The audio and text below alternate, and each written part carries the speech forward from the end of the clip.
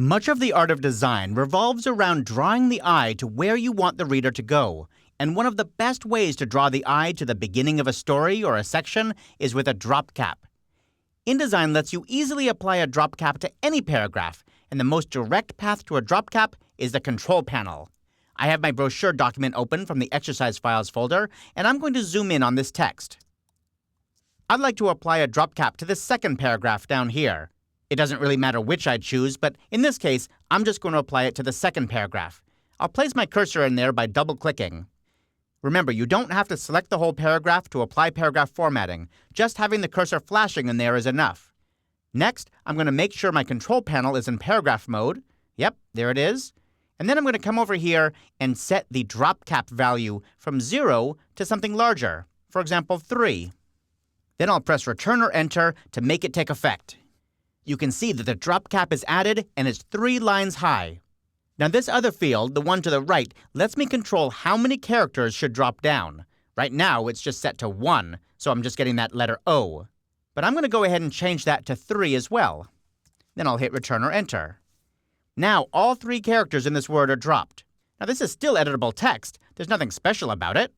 Just a bit bigger, and the text is flowing around it. But I could select it, I can format it, whatever.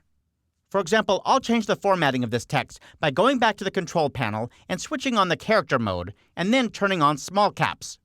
These characters are a little bit far away from each other, so I'm going to track them down a little bit. Let's set this to, say, -50.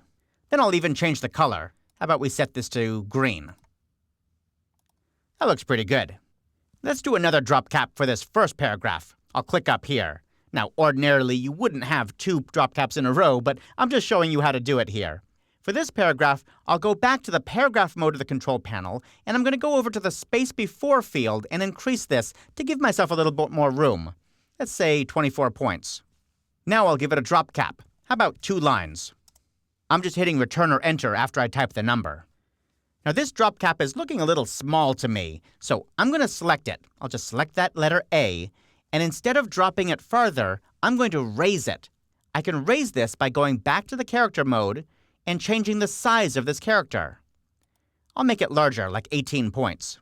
So now this character is both dropped and raised. The only problem I'm seeing here is that the drop cap is kind of bumping into this letter I down here on the second line. I'd like to move the text away from the A just slightly. To do that, I place my cursor between the A and the T, just in that first word there, just after the drop cap.